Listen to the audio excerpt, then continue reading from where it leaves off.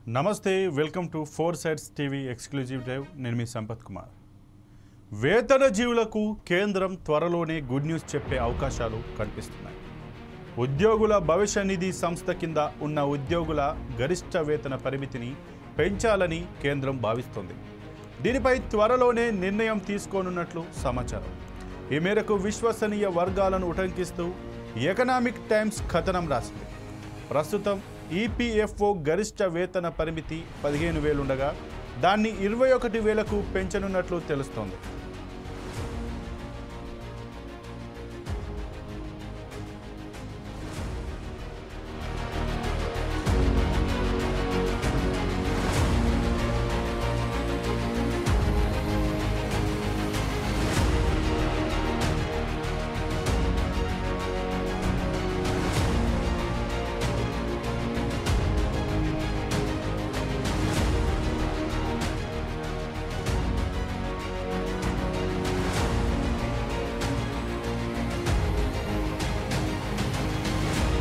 ఇక దీంతో పాటు ఈపీఎఫ్ఓలో ఉద్యోగుల సంఖ్యను బట్టి కంపెనీల నమోదు తప్పనిసరిగా ఉంటుంది ఇప్పుడు ఆ ఉద్యోగుల సంఖ్యపై పరిమితిని కూడా తగ్గించనున్నట్లు సమాచారం ప్రస్తుతం 20 అంతకంటే ఎక్కువ మంది ఉద్యోగులు ఉన్న కంపెనీలు తప్పనిసరిగా ఈపీఎఫ్ఓలో చేరాల్సి ఉండగా ఈ సంఖ్యను 10 నుంచి 15కు తగ్గించే అవకాశం ఉన్నట్లు తెలుస్తుంది అయితే ఈ ప్రతిపాదనను చిన్న మధ్య తరహా పరిశ్రమలు తీవ్రంగా వ్యతిరేకిస్తున్నట్లు వార్తలు వస్తున్నాయి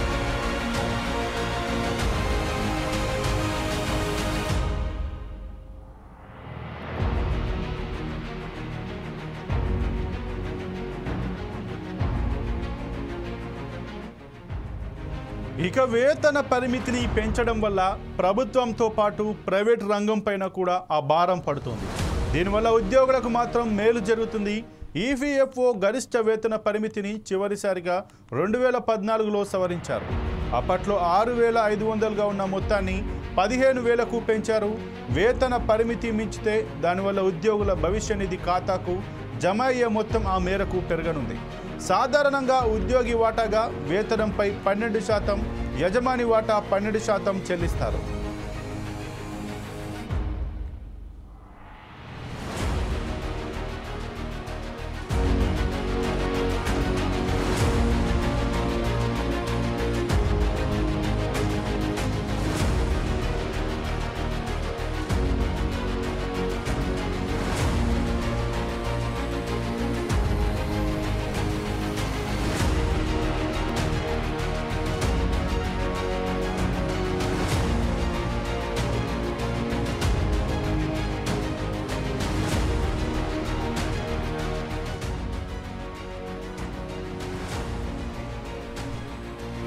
ఇక ఉద్యోగి వాటా పూర్తిగా ఈపీఎఫ్ ఖాతాలో జమ అవుతుంది యజమాని వాటా నుంచి 8.33% పింఛను పథకంలో మిగతా మొత్తం ఈపీఎఫ్ ఖాతాలో జమ అవుతుంది గరిష్ట వేతన పరిమితిని పెంచితే ఆ మేరకు ఉద్యోగి యజమాని చెల్లించాల్సిన వాటా కూడా పెరుగుతుంది దీనివల్ల ఈపీఎఫ్ఓ ఈపీఎస్ ఖాతాలో జమ అయ్యే మొత్తం పెరుగుతుంది దీంతో రిటైర్మెంట్ సమయానికి ఉద్యోగి తన భవిష్య నిధి నిల్వలను పెంచుకోవడానికి వీలు పడుతుంది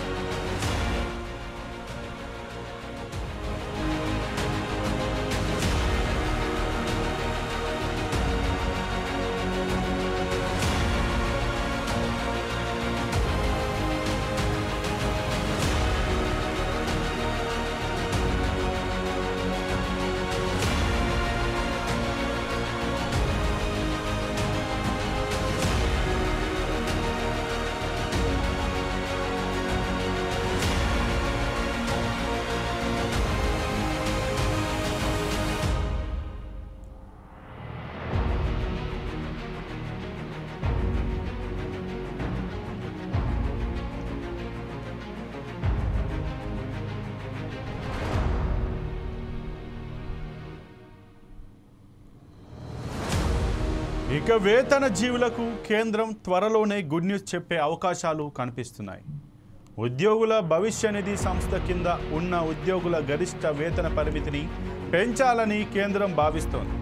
దీనిపై త్వరలోనే నిర్ణయం తీసుకోనున్నట్లు సమాచారం. ఈ మేరకు విశ్వసనీయ వర్గాలను ఉటంకిస్తూ ఎకనామిక్ టైమ్స్ కథనం రాసింది. ప్రస్తుతం ఈపీఎఫ్ఓ గరిష్ట వేతన పరిమితి 15,000 ఉండగా దాన్ని 21,000కు పెంచనున్నట్లు తెలుస్తోంది.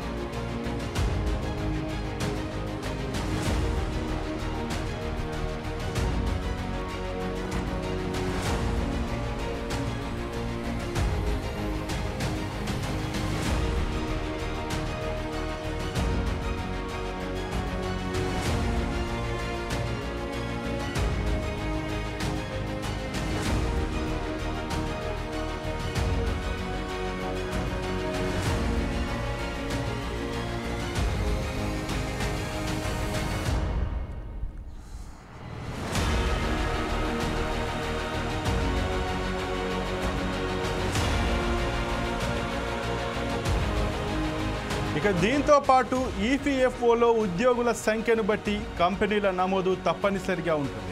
ఇప్పుడు ఆ ఉద్యోగుల సంఖ్యపై పరిమితిని కూడా తగ్గించనున్నట్లు సమాచారం.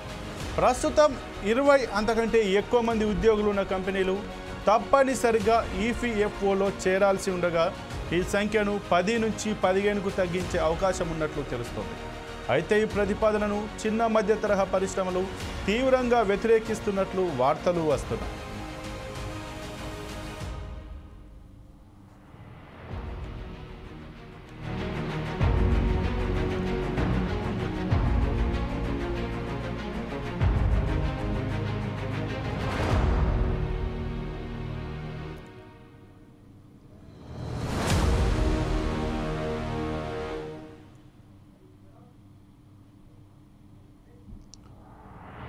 ఇక వేతన పరిమితి పెంచడం వల్ల ప్రభుత్వంతో పాటు ప్రైవేటు రంగం పైన కూడా ఆ భారం పడుతుంది. దీనివల్ల ఉద్యోగులకు మాత్రం మేలు జరుగుతుంది. ఈపీఎఫ్ఓ గరిష్ట వేతన పరిమితిని చివరిసారిగా 2014లో సవరించారు. అప్పట్లో 6,500గా ఉన్న మొత్తాన్ని 15,000కు పెంచారు. వేతన పరిమితిని పెంచితే దానివల్ల ఉద్యోగుల భవిష్య నిధి ఖాతాకు జమయ్యే మొత్తం ఆ మేరకు పెరగనుంది. సాధారణంగా ఉద్యోగి వాటాగా వేతనంపై 12%, యజమాని వాటా 12% చెల్లిస్తారు.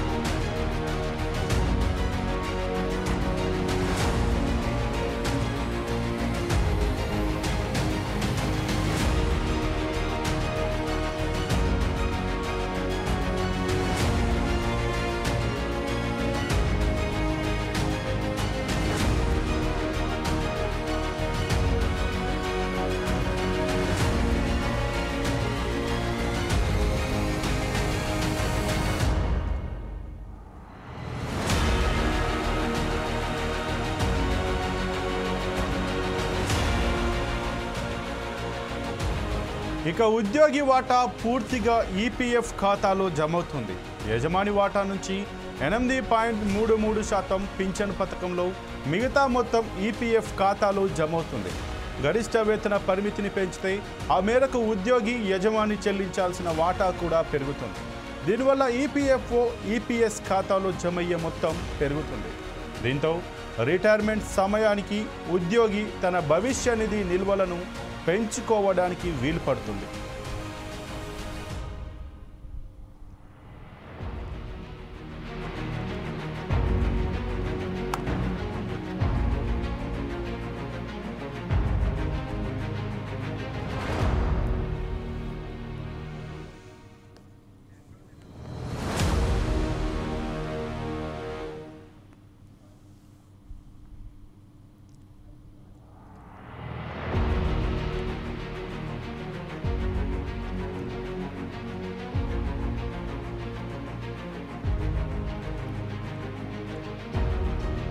వేతన జీవులకు కేంద్రం త్వరలోనే గుడ్ న్యూస్ చెప్పే అవకాశాలు కనిపిస్తున్నాయి. ఉద్యోగుల భవిష్య నిధి సంస్థ కింద ఉన్న ఉద్యోగుల గరిష్ట వేతన పరిమితిని పెంచాలని కేంద్రం భావిస్తోంది.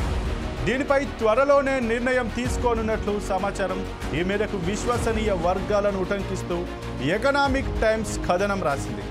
ప్రస్తుతం ఈపీఎఫ్ఓ గరిష్ట వేతన పరిమితి 15,000 ఉండగా దాన్ని 21,000కు పెంచనున్నట్లు తెలుస్తోంది.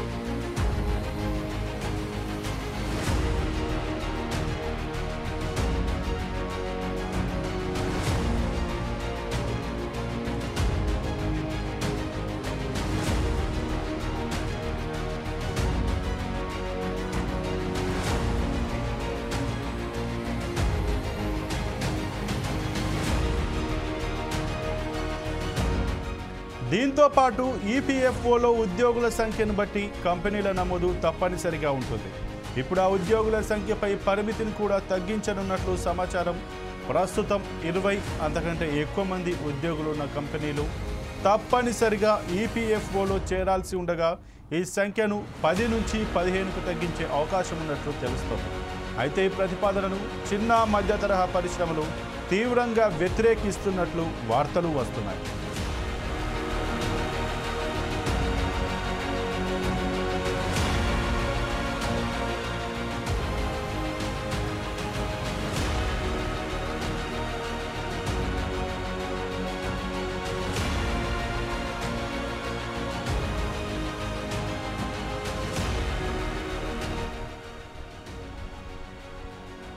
ఇక వేతన పరిమితిని పెంచడం వల్ల ప్రభుత్వంతో పాటు ప్రైవేటు రంగం పైన కూడా ఆ భారం పడుతుంది. దీనివల్ల ఉద్యోగులకు మాత్రం మేలు జరుగుతుంది. ఈపీఎఫ్ఓ గరిష్ట వేతన పరిమితిని చివరిసారిగా 2014లో సవరించారు. అప్పట్లో 6,500గా ఉన్న మొత్తాన్ని 15,000కు పెంచారు. వేతన పరిమితిని పెంచితే దానివల్ల ఉద్యోగుల భవిష్య నిధి ఖాతాకు జమయ్యే మొత్తం ఆ మేరకు పెరగనుంది. సాధారణంగా ఉద్యోగి వాటాగా వేతనంపై 12%, యజమాని వాటా 12% చెల్లిస్తారు.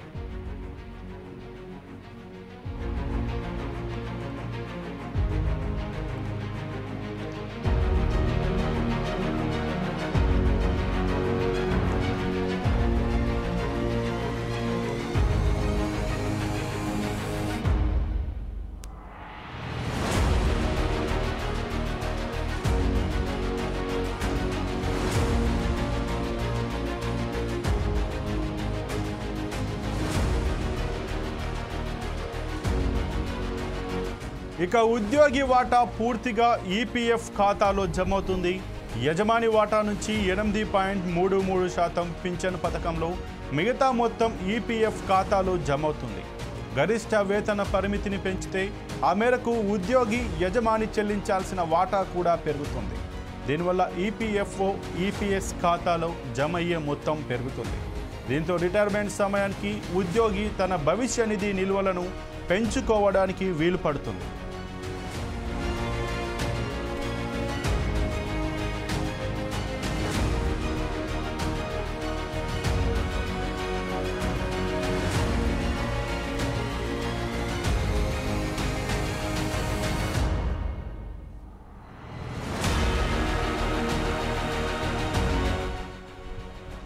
ఇక ఈపీఎఫ్ఓ అంటే ఎంప్లాయీస్ ప్రావిడెంట్ ఫండ్ ఆర్గనైజేషన్. ఈ ఈపీఎఫ్ఓ అనేది మామూలుగా ఎంప్లాయీస్కి వారు ఏదైతే పని చేస్తూ ఉంటారో వారి యొక్క భవిష్య నిధి కొరకు భవిష్యత్తులో వారి యొక్క సేవింగ్స్ చేయడానికి ఆయా కంపెనీలు అలాగే ఆ యొక్క వ్యక్తి యొక్క శాలరీ నుంచి 12% ఖర్చు చేస్తూ వారి యొక్క ఈపీఎఫ్ఓలోనైతే వారి యొక్క ఈపీఎఫ్ ఖాతాలోనైతే జమ చేస్తూ ఉంటారు. దానికి సంబంధించి ఇప్పుడు కేంద్రం అయితే ఒక కొత్త చర్యలు తీసుకోబోతుంది. ఎందుకంటే ఎంప్లాయీస్ యొక్క శాలరీ సగటు వేతనాన్ని అంటే 15,000గా ఉన్నట్టు దాన్ని 21,000కు పెంచే యోచన అయితే కేంద్ర ప్రభుత్వం చేస్తుంది. ఒకవేళ 21,000 కనుక సగటు వ్యక్తి యొక్క ఆదాయాన్ని గరిష్ట వేతనాన్ని పెంచడం జరిగితే వారి యొక్క భవిష్య నిధి అంటే ఏదైతే 12% శాలరీలో కట్ చేస్తారో అది 12% వారి యొక్క నిధికి పెరుగుతుంది. అంటే దాని ద్వారా వారి యొక్క పిఎఫ్ కూడా ప్రావిడెంట్ ఫండ్ కూడా పెరుగుతూ వస్తుంది. దాంతోపాటు 12% ప్రైవేట్గా ఏదైతే కంపెనీ యాజమాన్యంలో పనిచేస్తారో ఆ యాజమాన్యం కూడా ఆ యొక్క ఉద్యోగికి అయితే చెల్లించాల్సి వస్తుంది. ఇక ఏదైతే యాజమాన్యం చెల్లిస్తూ ఉందో 12లో అందులో మాత్రం 8.33% అంటే ఈపీఎస్ అంటే ఎంప్లాయీస్ యొక్క పెన్షన్ స్కీమ్ వారి యొక్క ఫ్యూచర్లో వచ్చేటువంటి పెన్షన్స్కి కన్వర్ట్ అవుతుంది. మిగతా ఏదైతే ఉందో అది మాత్రం మళ్ళీ పిఎఫ్లో యాడ్ అవుతుంది. ఇక ఈ యొక్క ఉద్యోగుల యొక్క గరిష్ట వేతనాన్ని పెంచడం వల్ల వారి యొక్క భవిష్యత్తుతో పాటు సగటు ఉద్యోగి యొక్క సామాన్యుని యొక్క వేతనం కూడా పెరిగే అవకాశం ఉంది. ఇక దీంతో పాటు మామూలుగానైతే ఈపీఎఫ్ఓలో రిజిస్ట్రేషన్ చేసుకోవడానికి 20 కంటే ఎక్కువ సభ్యులు ఉన్నటువంటి కంపెనీలు మాత్రం రిజిస్ట్రేషన్ చేసుకోవాల్సింది. ఇక ఆ యొక్క నియమ నిబంధనలను కూడా సవరించే ప్రయత్నం అయితే కేంద్ర సర్కార్ చేస్తుంది. ఎందుకంటే మామూలుగా 20 మంది ఉన్న దగ్గర నుంచి 10 నుంచి 15 వరకు ఎవరైతే ఉద్యోగస్తులు ఆ కంపెనీలో ఉంటారో వారు కూడా ఖచ్చితంగా ఈపీఎఫ్ఓలో అంటే ఎంప్లాయీస్ ప్రావిడెంట్ ఫండ్ ఆర్గనైజేషన్లో రిజిస్ట్రేషన్ చేసుకోవాల్సి ఉంటుంది. ఇక ఏదైతే ఈ ఈపీఎఫ్ఓలో చిన్న మధ్య తరహా పరిశ్రమలు కూడా రిజిస్ట్రేషన్ చేసుకోవాల్సిన అవసరం వస్తుంది. కాబట్టి దీన్ని అయితే చిన్న మధ్య తరహా పరిశ్రమలు వ్యతిరేకిస్తున్నట్టుగా మనకైతే అర్థమవుతుంది. ఇక ఏదేమైనా ఒక సగటు వ్యక్తి యొక్క గరిష్ట వేతనం 21,000 పెంచడం అనేది ఒక రకంగా ఉద్యోగికి అయితే చాలా వరకు మేలు చేసే అంశం. అతని యొక్క జీతం పెరగడంతో పాటు వేతనం పెరగడంతో పాటు అతని యొక్క భవిష్య నిధి అంటే ప్రావిడెంట్ ఫండ్ కూడా పెరుగుతూ వస్తుంది.